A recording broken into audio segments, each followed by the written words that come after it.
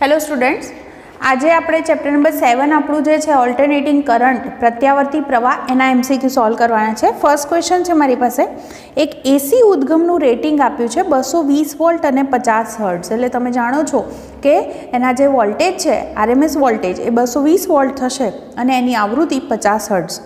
તો તેમાં વોલ્ટેજનું મૂલ્ય મહત્તમથી શૂન્ય થવા માટે કેટલો સમય લાગશે?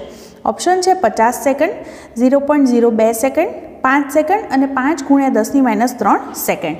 જુઓ, તમને વોલ્ટેજની વાત કરી છે, આવૃત્તિની વાત કરેલી છે। આપણે જાણીએ છીએ કે જ્યારે એસી ઉદ્ગમ જોડેલું હોય ત્યારે વોલ્ટેજ V બરાબર આપણે Vm sin ωt અનુસાર રજૂ કરી શકીએ। હવે તમને કહે છે કે અહીંયા આગળ વોલ્ટેજ જે છે મહત્તમથી શૂન્ય થાય છે, તો એ વખતે હું વોલ્ટેજ જે છે એની કિંમત મેક્સિમમ વેલ્યુ લઉં તો V બરાબર Vm લખી શકાય। તો Vm જે છે એ મહત્તમ એની કિંમત દર્શાવે એને હું મૂકું છું તો આ બંને કેન્સલ થાય, એટલે કે sin ωt બરાબર 1 કહી શકાય। અને સાઇનની કઈ ωtની એવી કઈ કિંમત માટે તમારો જવાબ 1 મળે?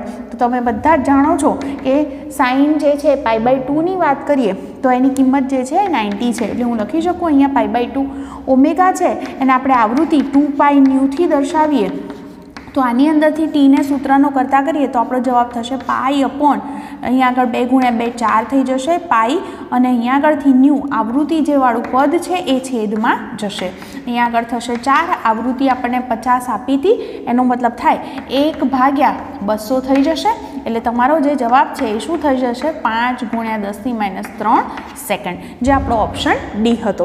તો અહીંયા આગળ આ કિંમત જે છે એ મહત્તમથી શૂન્ય થવા માટે લાગતો સમય તમે આ રીતે એને ગણી શકો છો। ઓકે, આ ફર્સ્ટ ક્વેશ્ચન આ રીતે લખીશું। ચલો હવે પ્રશ્ન નંબર 2, જેમાં આપણને શું કીધું છે જોજો, આની અંદર એમ કે છે હવે કે સંપૂર્ણ વિદ્યુતભારિત કેપેસિટર હોય તો એના પરનો વિદ્યુતભાર Q0 છે। આપણે કેપેસિટર પરનો જે વિદ્યુતભાર છે જ્યારે સંપૂર્ણ ચાર્જ હોય એ સમયનો જે Q છે એ કેટલો લેવાનો કીધો છે? Q0। T બરાબર 0 સમયે કેપેસિટરને ઇન્ડક્ટર સાથે જોડવામાં આવે છે, તો કયા સમયે વિદ્યુત ક્ષેત્ર અને ચુંબકીય ક્ષેત્રમાં સમાન ઉર્જા સંગ્રહ પામશે? તમારા જે ઓપ્શન છે એ આ કંઈક આવા છે, π×√LC, બીજો ઓપ્શન છે π/4√LC, ત્રીજો ઓપ્શન છે 2π√LC અને ચોથો જે ઓપ્શન છે એ છે √LC। આ પ્રમાણે આપણને ઓપ્શન આપેલા છે। ફરીથી બોલીશ, જુઓ તમને કીધું છે એ પ્રમાણે કેપેસિટર પરનો વિદ્યુતભાર જ્યારે સંપૂર્ણ વિદ્યુતભારિત છે ત્યારે Q0 છે। તમને બધાને જ ખબર છે કે જ્યારે આપણે એને ઇન્ડક્ટર સાથે જોડીએ છીએ ત્યારે કેપેસિટરની અંદર જે વિદ્યુત ઉર્જાનો સંગ્રહ થયેલો છે એ ઉર્જા જે છે એ શું થશે? ઇન્ડક્ટરને મળશે, અને એ ઉર્જા ઇન્ડક્ટરમાં ચુંબકીય ઉર્જા રૂપે સંગ્રહ થતી હોય છે। પછી ત્યારબાદ કેપેસિટર સંપૂર્ણ ડિસ્ચાર્જ થઈ જાય અને ઇન્ડક્ટર હોય એ મહત્તમ ઉર્જાનો સંગ્રહ કરે, તો આમ સતત દોલનો ચાલ્યા કરે છે, જેને આપણે LC દોલનો વડે દર્શાવેલા હતા। આવું આપણે થિયરીમાં ભણ્યા છીએ। તો હવે હું વિદ્યુતભારની વાત કરું તો કેપેસિટર પરનો જે વિદ્યુતભાર છે એને આપણે કયા સૂત્રથી વ્યાખ્યાયિત કરી શકીએ? તો Q બરાબર તમે જાણો છો Q0 cos ωt વડે આપણે એને રજૂ કરી શકીએ। તો એ વિદ્યુતભાર આટલો છે। હવે તમને કીધું છે એ પ્રમાણે હવે તમે એને ઇન્ડક્ટર સાથે જોડો છો। હવે સમજો કયા સમયે વિદ્યુત ક્ષેત્ર અને ચુંબકીય ક્ષેત્રમાં સમાન ઉર્જા સંગ્રહ પામે? ઉર્જા સમાન સંગ્રહ પામે છે એનો અર્થ એવો થયો કે કેપેસિટર પાસે જે ઉર્જા હતી એ હવે એટલા સમયમાં કેટલી થઈ ગઈ હશે? પ્રારંભિક કરતાં અડધી। એટલે કે એવું લખી શકાય કે આ સમયે કેપેસિટરની ઉર્જા કેવી થશે? પ્રારંભિક કરતાં અડધી થશે, હે ને? એટલે કે આપણે એમ કહીએ કેપેસિટરમાં સંગ્રહિત ઉર્જાનું સૂત્ર શું? તો Q²/2C, એટલે 1/2 Q²/C છે એ લખી શકાય। તો આ જે છે એ ઉર્જા કેટલી થઈ ગઈ? તો પ્રારંભિક કરતાં અડધી, એટલે 1/2 ઓફ પ્રારંભિક શું હોય? 1/2 Q02/C। કેમ મેં અહીંયા Q0 લખ્યા છે? કારણ કે અહીંયા આગળ જ્યારે સંપૂર્ણ ચાર્જ હતું ત્યારે વિદ્યુતભાર શું હતો? Q0। એટલે ટૂંકમાં આ મતલબ આનો કંઈક આવો થયો કે આ જે સમય થયો છે એ સમયે કેપેસિટરની ઉર્જા કેવી થઈ ગઈ છે? અડધી થઈ ગઈ છે। है ने केम कारण के अर्धी ऊर्जा जे छे ए चुंबकीय ऊर्जा रूपे कोने मळी गई छे इंडक्टरने माटे। तो हवे एटले के एनी पासे ऊर्जा संग्रहित ऊर्जानुं सूत्र q²/2c छे जे आपणे चेप्टर 2 मां भण्या छीए। तो एना करता हवे ऊर्जा केवी छे अर्धी एटले आ प्रारंभिक करता मैं अर्धी लखी छे आ नवी ऊर्जा। तो हवे तमे अहींया बे बाजुथी पद कैंसल करी शको छो तो तमारो जवाब शुं आवशे q² = q0²/2 एटले के q = वर्गमूळ लो तो q0/√2 तमे लखी शको छो बराबर प्लस और माइनस આપણે એને લખી શકીએ। તો આ કિંમત છે એ આપણે સમીકરણ 1 માં મૂકી દઈએ જેથી કરીને આપણે t શોધી શકીએ। તો અહીં આગળ q ની કિંમત q0/√2 મૂકીએ तो तमे बधा ज जाणो छो बंने बाजुथी q0 कैंसल करी शकाय एटले के cos ωt बराबर 1/√2। तो लखो अहींया के cos ωt = 1/√2। तो ωt ની एवी कई किंमत छे के ज्यारे आपणे कही शकीए के cos नी जे किंमत छे ए 1/√2 थाय। तो तमे जाणो छो के ωt बराबर ज्यारे π/4 होय cos 45 नी किंमत 1/√2 छे एटले के लखी शकाय के आ किंमत π/4 होय त्यारे तमारो जे जवाब छे ए शुं मळे तमने 1/√2 एटले आवुं लखुं के माटे ωt = π/4 टी शोधवो छे तो π/4 ओमेगा लखी शकाय पण आवो जवाब आपणी पासे नथी। तो हवे हूँ अहीं आगळ वात करूँ तो ओमेगा जे छे ओमेगा ने तमे कया स्वरूपे लखी शको छो एलसी दोलनोना अर्थमां तो ओमेगा = 1/√LC। तो अहीं आगळ हूँ ओमेगानी जग्याए लखूँ तो 1/√LC एटले एलसी वाळुं पद उपर जशे। तो अहीं आगळथी आवो आपणो ऑप्शन बी छे तो जवाब बी थशे। तो टूंकमां कहेवानो अर्थ के अहीं आगळथी तमे आटलुं समजी शक्या के ज्यारे ऊर्जा अर्धी थाय छे त्यारे विद्युत भार केटलो थई जशे q0/√2 अने एना परथी आपणे किंमत अहींया मूकी अने t नी किंमत शोधी शकीए छे। तो आ रीते तमे एने सॉल्व करी शको छो। तो अने आ रीते तमे खास तमारी नोटबुकनी अंदर लखी लेजो। चलो हवे नेक्स्ट क्वेश्चन पर जईए जेनी अंदर मारी पासे एक आकृति पण छे।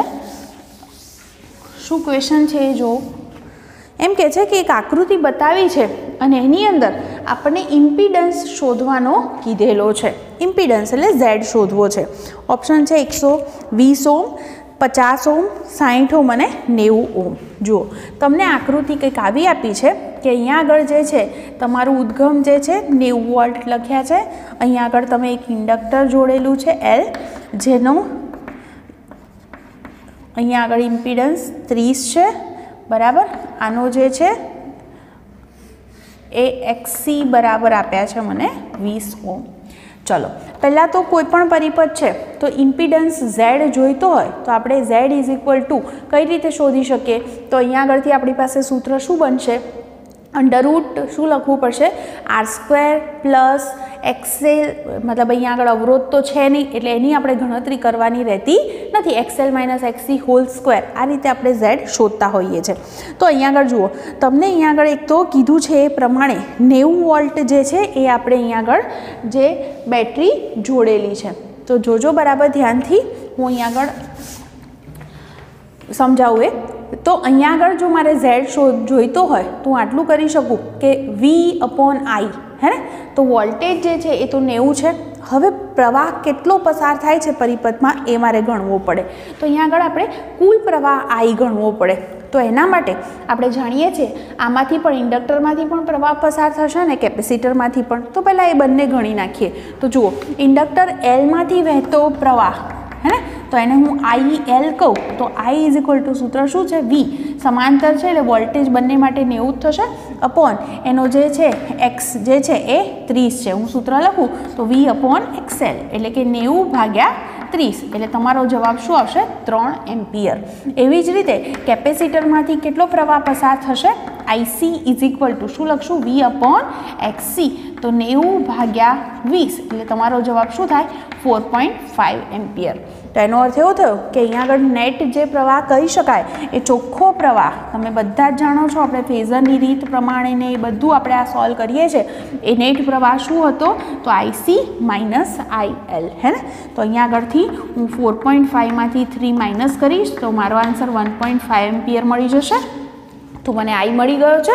हवे आपणे शुं शोधवुं छे इम्पीडन्स Z = शुं करशुं V/I है ने। तो V छे 90 बराबर अने I जे छे ए छे 1.5 1.5 એટલે 2 है ने, तो मैंने 3/2 લખું તો અહીંયા આગળ ભાગ ચાલશે, 3 તરી 9 એટલે તમારો જવાબ 60 ઓમ મળશે, જે આપણો ઓપ્શન સી હતો। બરાબર, તો આ રીતે આપણે જવાબ શોધી શકીએ છીએ। તો ટૂંકમાં મેં અહીંયા પહેલાં આઈ શોધ્યો, અને મેઇન વસ્તુ આ છે કે નેટ જે પ્રવાહ, જે ચોખ્ખો પ્રવાહ છે એ તમે આ રીતે ગણો છો, હે ને।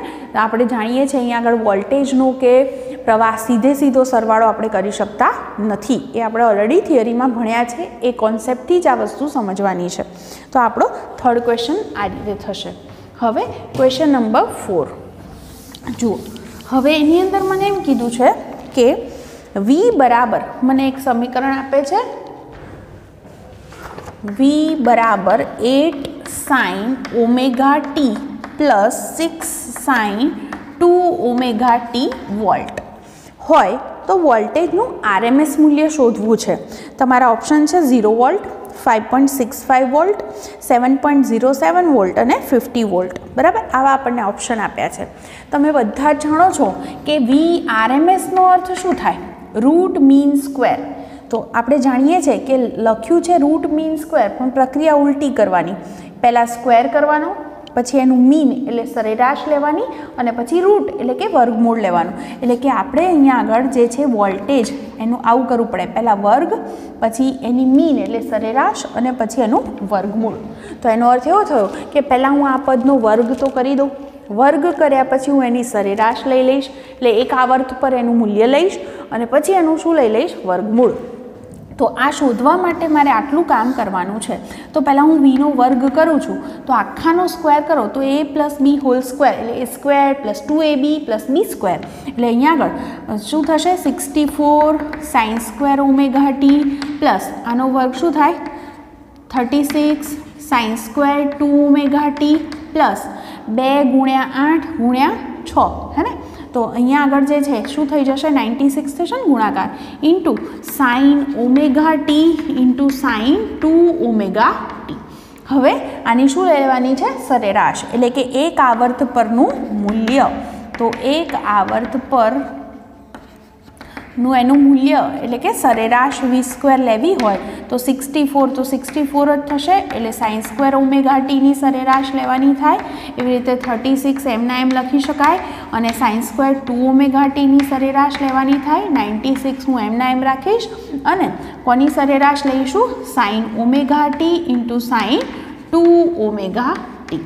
હવે તમે થિયરીમાં આ વસ્તુ ભણ્યા હતા એ જ પ્રમાણે અહીંયા આગળ સાઇન સ્ક્વેર ઓમેગા ટી છે, તો એને આપણે સાદું રૂપ લખી શકીએ, હે, 1 માઇનસ સાઇન 2 થીટા બાય 2, અને એના પરથી તમે એનું સંકલન કરશો તો તમને સાઇનવાળા પદ જે છે એનું સાઇન આવે કે કોસ આવે, એનું એક આવર્ત પરનું મૂલ્ય 0 થાય છે, એટલે કે ખાલી પેલું 1/2 વાળું પદ જ વધે।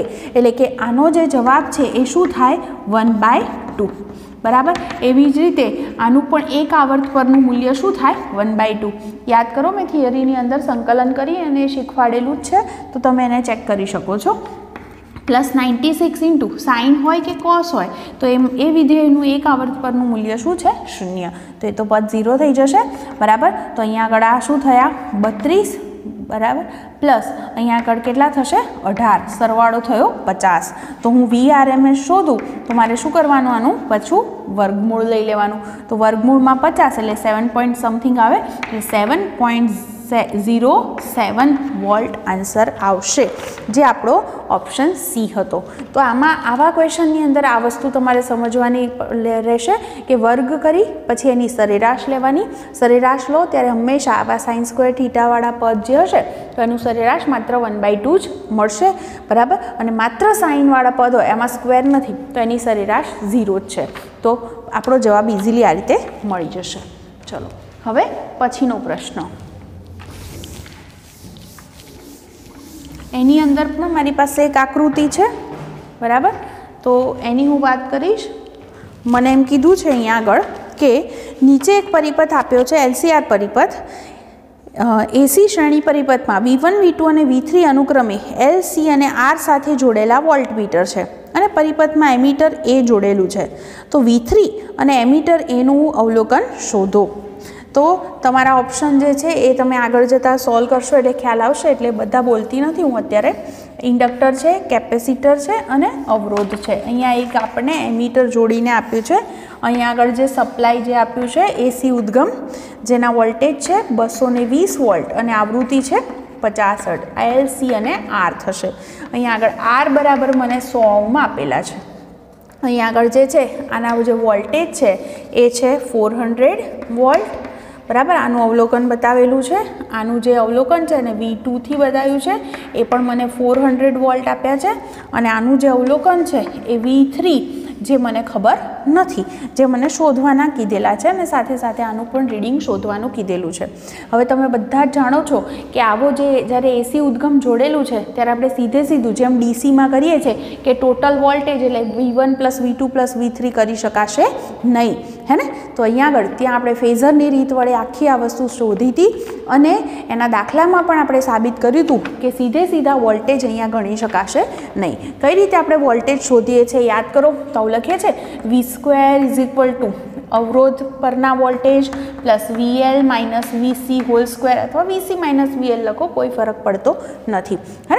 તો આ રીતે આપણે પરિણામી શોધી શકીએ છીએ. તો અહીંયા આગળથી જો મારે V શોધવું હોય તો આખાનું હું વર્ગમૂળ લઈ લઈશ. અહીંયા VL અને VC બંને જે છે એ વોલ્ટેજ V1 V2 થી દર્શાવ્યા છે 400 વોલ્ટ છે, એટલે કે આનું પરિણામી શું થઈ જશે 0. 400માંથી 400 બાદ કરશું એટલે, બરાબર. અને આ જે V છે એ તો મને અહીંયા આગળ જે 220 વોલ્ટ આપેલા જ હતા, તો અહીંયા આગળ લખી શકું છું 220 = VR²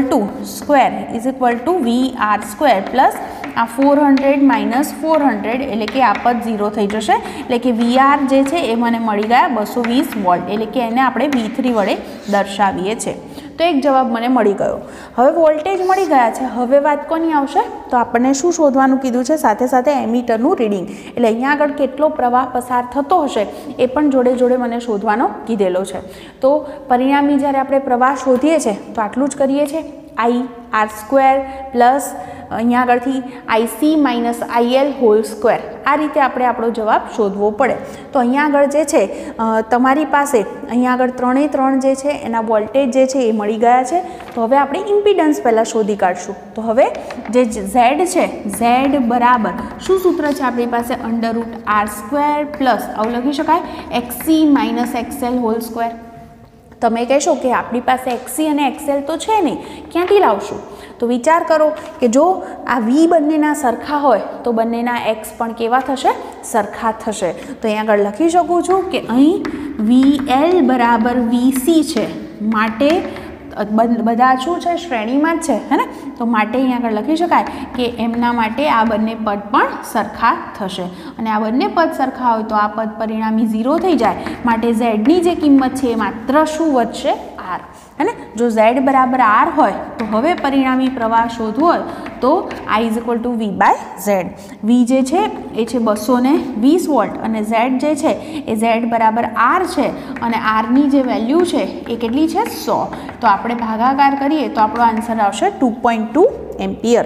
તો આપણી પાસે આવું જે ઓપ્શન છે એ ઓપ્શન C હતું, 220 વોલ્ટ અને 2.2 એમ્પિયર, હે ને. તો આ રીતે તમે તમારો જવાબ લખી શકશો. ક્લિયર? તો અહીંયા આગળ જે છે આપણો જે જવાબ છે આ રીતે ક્લિયર સમજાઈ ગયો હશે. હવે નેક્સ્ટ ક્વેશ્ચન પર જઈએ. તમને જો સૂત્ર અને આ બધું ખબર હોય તો ઇઝીલી તમે આવા ક્વેશ્ચન ગણી શકો છો. હવે પ્રશ્ન નંબર 6 જુઓ, એમાં શું કીધું છે? LCR પરિપથના કમ્યુનિકેશનના ઉપયોગ માટે અને વધુ સારા ટ્યુનિંગ માટે નીચેનામાંથી તમે કયું સંયોજન પસંદ કરશો? તમને આરની અલગ અલગ વેલ્યુ આપી છે ઓપ્શનની અંદર. અહીંયા 20 ઓહ્મ છે, L 15 હેનરી છે, કેપેસિટન્સની વેલ્યુ 35 માઇક્રોફેરેડે છે. બીજું ઓપ્શન છે 25, Lની વેલ્યુ 25, આ પણ 25 જ છે અને C છે 45 માઇક્રોફેરેડે. ત્રીજું ઓપ્શન C છે 15 ઓહ્મ, 35 હેનરી અને 30 માઇક્રોફેરેડે. ચોથું જે ઓપ્શન છે એ છે 25 ઓહ્મ, 15 હેનરી અને 45 માઇક્રોફેરેડે. બરાબર. હવે જુઓ, આપણને શું કીધું છે કે વધુ સારું તમારે ટ્યુનિંગ કરવાનું છે. તો અહીંયા આગળ જુઓ, સારું ટ્યુનિંગ જોઈતું હોય તો તમારે ક્યુ ફેક્ટર મોટો રાખવો પડે, હે ને? તો એનો અર્થ એવો થાય કે જો ક્યુ ફેક્ટરનું પહેલાં તો સૂત્ર યાદ કરો, શું હતું? 1/r√L/C. તો ક્યુ મોટો બનાવવો હોય તો ઓબ્વિયસ છે કે આર અને સી નાના પસંદ કરવાના છે અને એલ કેવો પસંદ કરવાનો? મોટો. તો તમારે એવો અહીંયાથી જવાબ શોધવો પડે જેમાં આર અને સી કમ્પેરેટિવલી નાના હોય અને એની કમ્પેરમાં એલ મોટો હોય. તો એવા ઓપ્શન જોશો તો મારા ખ્યાલ મુજબ ઓપ્શન સી આવશે, હે ને? જુઓ, આર અને સી કમ્પેરમાં, બીજા જુઓ એની કમ્પેરમાં કેવા છે? આર અને સીની કિંમત પ્રમાણમાં નાની છે અને એની સામે એલ કેવો છે? મોટો છે. ઇન્ડક્ટન્સનું મૂલ્ય મોટું છે જેથી કરી અને ક્યુ ફેક્ટર આપણને વધુ મળી શકે. એટલે ક્યુ ફેક્ટર જેટલો મોટો હશે એટલું આપણને જે છે એ ટ્યુનિંગ આપણે સારું કરી શકીશું. ઓકે, આ રીતે તમે એને લખશો. હવે પ્રશ્ન નંબર 7 જુઓ. આપણા આ પ્રશ્નમાં એમ કે છે હવે કે 1 ઓહ્મના રિએક્ટન્સનું, 1 ઓહ્મ શું આપ્યું છે આપણને? રિએક્ટન્સ આપ્યું છે ઇન્ડક્ટરનું, અને 2 ઓહ્મના અવરોધકને એસી સપ્લાયના 6 વોલ્ટ એ એની આરએમએસ વેલ્યુ છે ટર્મિનલ સાથે જોડેલા છે. પરિપથમાં ખર્ચાતો એટલે કે વ્યય થતો પાવર ખાલી જગ્યા ઓપ્શન છે 8 વોટ, 12 વોટ, 14.4 વોટ અને 18 વોટ. પહેલું તો ખર્ચાતો જે પાવર છે એનું સૂત્ર યાદ કરો. શું લખીએ છીએ આપણે? સરેરાશ power VRMS into IRMS into cos phi. આવું આપણી પાસે સૂત્ર છે જેમાંથી તમને VRMS 6 વોલ્ટ છે એવું કહી દીધું છે. હવે મારે શોધવાનું શું રહેશે? એક તો IRMS અને બીજું થશે cos phi. કઈ રીતે શોધીશું? તો મારે IRMS શોધવા અને હું સમીકરણ નંબર 1 આપી દઉં તો તમે બધા જ જાણો છો કે I શોધવા હોય તો I ઇઝ ઇક્વલ ટુ શું સૂત્ર લખી શકાય? V/Z, હે ને? તો હું લખી શકું કે IRMS is equal to VRMS/Z થશે. Z એટલે મારી પાસે શું છે? ઇમ્પિડન્સ.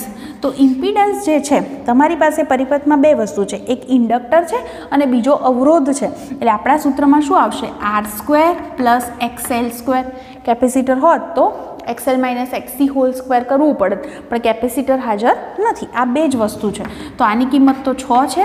હવે જુઓ, મને અહીંયા આગળ અવરોધ છે એ 2 ઓહ્મ આપ્યો છે એટલે અહીંયા 2 નો વર્ગ કરીશ પ્લસ XL ઇન્ડક્ટન્સ જે છે, ઇન્ડક્ટર જે છે એનું રિએક્ટન્સ મને 1 આપ્યું છે તો અહીંયા 2 નો વર્ગ 4 વત્તા 1 5 એટલે 6/√5 થઈ ગયા. આ કોની કિંમત મળી મને? IRMS. બીજી વાત કરું, VRMS તો ખબર જ છે 6. હવે cos phi. cos phi યાદ કરો, આપણે ફેઝરની રીત પ્રમાણે શોધતા હતા. શું હતું? R/Z, હે ને? તો R જે છે, R કેટલો છે? 2 છે, હે ને? હા, યસ. અને Z જે છે, Z આપણે ગણ્યો એ પ્રમાણે √R² + XL² એટલે થશે √5. આ બે કિંમત છે મારી પાસે. તો હવે હું એને સમીકરણ 1માં મૂકી દઉં તો શું જવાબ થાય આપણો? P ઇઝ ઇક્વલ ટુ VRMSની કિંમત 6 મૂકવાની, IRMSની કિંમત શું મૂકશો? 6/√5 અને cos phi ની કિંમત શું મૂકશો? 2/√5, હે ને? તો 6 × 6 36, 36 × 2 72, 72/5 કરશો એટલે તમારો જે જવાબ છે એ તમને મળી જશે. બરાબર? તો આ રીતે આપણે એને સોલ્વ કરી શકીએ. આ આપણો પ્રશ્ન નંબર 7 હતો. બરાબર? ખબર પડી હશે તમને. એટલે તમારો આન્સર કેટલો આવે? આ ઓલમોસ્ટ ગણતરી કરો તો 14 પોઈન્ટ સમથિંગ આવે, હે ને? 14 પોઈન્ટ આપણી પાસે ઓપ્શનમાં છે, 14.4 વોટ છે જ. તો આપણે ઓપ્શન સી નક્કી કરી શકીએ. તો તમને જે નથી કિંમત આપી એ 1 બાય 1 આ રીતે શોધો, જવાબ આરામથી મળી જશે. હવે પ્રશ્ન નંબર 8 જુઓ. એમાં કહે છે કે નિર્વાત કરેલા પાત્રમાં, એટલે શૂન્યાવકાશ છે એવા પાત્રમાં રાખેલા એક એલસી દોલક પરિપથમાં અનુનાદીય આવૃત્તિ 10 કિલોહર્ટ્ઝ મળે છે. અનુનાદીય આવૃત્તિ ન્યૂ તમને આપી છે, ન્યૂ 0 બોલી શકો, 10 કિલોહર્ટ્ઝ. આ પાત્રમાં એક વાયુ ભરતા અનુનાદીય આવૃત્તિ 50 હર્ટ્ઝ જેટલી બદલાય છે. 50 હર્ટ્ઝ જેટલી હવે શું થાય છે? વાયુ ભરવાને કારણે બદલાય છે. એટલે એની અંદર થતો ફેરફાર જે છે એ ફેરફાર, એટલે હું એને ω0 - ઓમેગાથી દર્શાવું અથવા તો ν0 - ન્યૂથી દર્શાવું તો પરિણામી જે છે એ પેલી 10 કિલોહર્ટ્ઝ એટલે 10,000માંથી 50 બાદ કરીએ એટલી થશે. તો કે છે વાયુનો ડાયલેક્ટ્રિક અચળાંક ખાલી જગ્યા હશે. ઓપ્શન છે 1.001, 2.001, 1.01 અને 3.01. જુઓ આપણે આ રીતે સમજીએ. પહેલાં તો મારી પાસે ઓમેગા 0 સૂત્ર શું છે? 1/√LC. ઓમેગા એટલે 2π ન્યૂ લખું તો ન્યૂ 0 બરાબર લખી શકો 1/2π√LC આવું સૂત્ર છે. જ્યારે હું નવી આવૃત્તિની વાત કરું છું તો હું એને ન્યૂ 0 ડેશ લખું તો એનું સૂત્ર શું થાય? 1/2π√L. હવે જુઓ જ્યારે આપણે અહીંયા આગળ વાયુ ભર્યો છે તો કેપેસિટન્સ જે છે એ કેપેસિટન્સની કિંમત બદલાય છે અને તમે બધા જાણો છો કે ડાયલેક્ટ્રિક ભરવાને કારણે કેપેસિટન્સ કેવું થાય? કે ઘણું. તો એનો મતલબ એમ થયો કે આ જે કેપેસિટન્સ છે એને હું શું લખી શકું છું? કે ઘણું લખી શકું છું. એટલે L × KC લખી શકાય. હવે અહીંયા આગળથી આપણે જો એક કામ કરીએ, ન્યૂ 0 ડેશની કિંમત શું થશે? તો 10 કિલોહર્ટ્ઝ એમાંથી 50 બદલાઈ છે એટલે નવી કિંમત આ થઈ બરાબર. આમાંથી 1/2π√LC વાળું જે પદ છે એને આપણે ન્યૂ 0 લખી શકીએ. એટલે ન્યૂ 0/√K વધ્યું એટલે કે આ બાદ બાકી 9950 થશે. ન્યૂ 0 કેટલી હતી? 10,000 અને /√ શું થઈ ગયા? K. તો √K ને સૂત્રનો કરતા કરી દો એટલે 10,000 ભાગ્યા 9950 બરાબર. તો તમે અહીંયા આગળથી ભાગાકાર કરશો એટલે 1 પોઈન્ટ સમથિંગ આન્સર આવશે. એટલે 1.00 લગભગ 5 થતો હશે. તો તમારો આન્સર 1.01 લખી શકો છો બરાબર. તો આ રીતે જે છે એ તમે કેની જે કિંમત છે એ વર્ગમૂળ લીધા પછીની કિંમત અમે લખી છે બરાબર. તો એ કેની જે કિંમત છે તમે આ રીતે શોધી શકશો. તો ડાયલેક્ટ્રિક અચળાંક ટૂંકમાં કેપેસિટન્સ કે ઘણું થયું, ઇન્ડક્ટન્સ બદલાતું નથી હે ને, ખાલી હવા ભરી છે માટે. તો અહીંયા આગળ આ ન્યૂમાં થતો ફેરફાર આટલો હતો એટલે નવો ન્યૂ અને એના પરથી આપણો જવાબ આ રીતે નક્કી થશે. પછી કહે છે પ્રશ્ન નંબર 9. એક ટ્રાન્સફોર્મર છે. ક્વેશ્ચન જે છે એ તમને શું કીધું છે? એક ટ્રાન્સફોર્મર એની જે કાર્યક્ષમતા છે એ 90% છે. જ્યારે એના પ્રારંભિક ગૂંચળાને 200 વોલ્ટનો સપ્લાય લાગુ પાડવામાં આવે ત્યારે એમાંથી વહેતો પ્રવાહ 5 એમ્પિયર. જો આઉટપુટ વોલ્ટેજ 300 વોલ્ટ હોય તો ગૌણ ગૂંચળામાંથી વહેતો પ્રવાહ શોધો. ઓપ્શન છે 1 એમ્પિયર, 2 એમ્પિયર, 3 એમ્પિયર અને 4 એમ્પિયર. તમે જાણો છો કે એની કાર્યક્ષમતા એટલે એવું લખી શકાય આઉટપુટ પાવર ભાગ્યા ઇનપુટ પાવર. તમે બધા જાણો છો એ પ્રમાણે ઇનપુટમાં પ્રાઇમરી ગૂંચળું હોય અને આઉટપુટમાં સેકન્ડરી હે ને. એટલે સેકન્ડરીનો પાવર ભાગ્યા પ્રાઇમરીનો પાવર આવું સૂત્ર બનશે. પાવર P બરાબર V × I પ્રમાણે આપણે લખીએ તો VS IS અપોન શું લખી શકાય? VP IP. ઓકે. હવે આમાંથી શોધવાનું શું કીધું છે તમને? ગૌણ ગૂંચળું એટલે સેકન્ડરી ગૂંચળું છે એમાંથી વહેતો પ્રવાહ એટલે IS શોધવો છે અને સૂત્રનો કરતા કરીએ તો eta VP IP upon VS. તમને કાર્યક્ષમતા 90% એટલે 0.9 થશે. 90% એટલે 90 ભાગ્યા 100 કરો. પછી પ્રાઇમરી જે ગૂંચળું છે પ્રાથમિક ગૂંચળું એના વોલ્ટેજ આપ્યા છે 200 વોલ્ટ, એમાંથી વહેતો પ્રવાહ છે 5 એમ્પિયર ભાગ્યા સેકન્ડરી જે ગૂંચળું છે એના વોલ્ટેજ આપ્યા છે 300 બરાબર. તો તમે અહીંયા આગળ જે છે ઇઝીલી તમારો જવાબ શોધી શકશો. 3 તરી 9 થશે અને ગુણ્યા આ 10 એટલે તમારો જવાબ થશે 3 એમ્પિયર હે ને. તો અહીંયા આગળ આપણો ઓપ્શન સી હતો. જવાબ આ રીતે મળી જશે. હવે પ્રશ્ન નંબર 10. એમાં કીધું છે એક શ્રેણી RL AC પરિપથનું ઇન્ડક્ટિવ રિએક્ટન્સ 2R છે. એટલે જુઓ RL પરિપથ આપ્યો, એનું ઇન્ડક્ટિવ રિએક્ટન્સ એટલે તમને XL આપ્યો છે 2R જેટલો. હવે આ પરિપથમાં R જેટલા મૂલ્યનો કેપેસિટિવ રિએક્ટન્સ શ્રેણીમાં ઉમેરવામાં આવે છે. આટલું તો હતું, હવે શું ઉમેરી દીધું છે? કેપેસિટર ઉમેર્યું એટલે એનો કેપેસિટિવ રિએક્ટન્સ R જેટલો ઉમેર્યો છે. તો અંતિમ અને પ્રારંભિક પાવર ફેક્ટરનો ગુણોત્તર ખાલી જગ્યા થાય. ઓપ્શન છે √2/3, √2/5, √3/2 અને √5/2. જુઓ તમને જે છે એ પાવર ફેક્ટરનો ગુણોત્તર એટલે કોસ જે છે આપણે એને ડેલ્ટાથી દર્શાવીએ છીએ એનો ગુણોત્તર શોધવાનો કીધો છે. હું વાત કરું તો પ્રારંભમાં આપણી પાસે પાવર ફેક્ટરનું સૂત્ર શું? કોસ હું ∆1 થી દર્શાવું તો શું સૂત્ર લખી શકાય? R/Z હે ને. હવે જુઓ ઇમ્પિડન્સ મારે ગણવો છે તો શરૂઆતમાં મને એમ કીધું હતું કે આપણી પાસે શું છે એક ઇન્ડક્ટિવ જો RL પરિપથ છે એટલે અવરોધ તો છે જ અને સાથે સાથે શું છે, ઇન્ડક્ટર છે. એનો અર્થ એવો થાય કે ઝેડ બરાબર હું સૂત્ર લખું તો અંડરરૂટ શું થશે, R² પ્લસ XL² થશે. RL પરિપથ છે એટલે માત્ર અવરોધ છે અને ઇન્ડક્ટર છે માટે. તો અહીંયા આગળ જે છે આપણી પાસે આવું થશે R² પ્લસ આની કિંમત મને 2R છે એવું કહી દીધું હતું, હે ને? યસ, 2R જેટલી છે એવું કીધેલું હતું. એનો અર્થ એવો થયો કે અહીંયા આગળ આપણે ગણતરી કરી તો 2 નો વર્ગ 4 વત્તા 1 5 એટલે √5R². જો RR કેન્સલ કરી દઈએ તો 1/√5 આન્સર મળશે આપણને, બરાબર. આ પહેલી સ્થિતિ થઈ. પછી બીજી સ્થિતિમાં હવે કેપેસિટર પણ ઉમેર્યું છે તો હવે cos ∆2 બરાબર સૂત્ર લખું તો R/નવું ઇમ્પિડન્સ થશે, જેની કિંમત શું થાય તો R² પ્લસ તમે બધા જાણો છો XL માઇનસ XC². તો અહીંયા આગળ જે છે શું જવાબ થાય એનો વિચારો. XL તો આપણને 2R કીધા હતા, બરાબર. કેપેસિટર જે છે એનું રિએક્ટન્સ જે છે મને નવું R કીધું છે એટલે હું એને R મૂકી દઈશ. તો આની બાદબાકી કેટલી થશે, 2R માંથી R છે એટલે R² પ્લસ R² 2R², વર્ગમૂળ લઈ લો, RR કેન્સલ થાય એટલે 1/√2 વધે. હવે તમને અંતિમ અને પ્રારંભિકનો ગુણોત્તર, આવો પ્રશ્ન છે આમ, કારણ કે બંને વસ્તુ ઓપ્શનની છે. નોર્મલી આપણે આ ભાગ્યા આ કરી દઈએ તો જવાબ બદલાઈ જશે. તો અહીંયા આગળ તમને શું કીધું છે, કોનો ગુણોત્તર કીધો છે, cos ∆2 અપોન cos ∆1.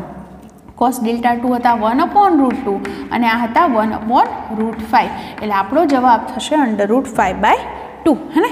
જે આપણને ઓપ્શન જે છે એ ઓપ્શન ડી આપેલો છે, બરાબર. તો અહીંયા આગળ જે છે એક સેકન્ડ, અંતિમ અને પ્રારંભિક, યસ, અંતિમ અને પ્રારંભિકનો જ ગુણોત્તર માંગેલો હતો એટલે આપણે એને આ રીતે લખી શકીએ છીએ, બરાબર. તો તમારો જવાબ જે છે એ આ રીતે થશે. ક્લિયર? તો બસ આજે અહીં સુધી આપણે વાત કરીશું. તો આવા ક્વેશ્ચન જે છે બીજા પણ તમે ગણતા રહેજો અને પ્રેક્ટિસ કરતા રહેજો.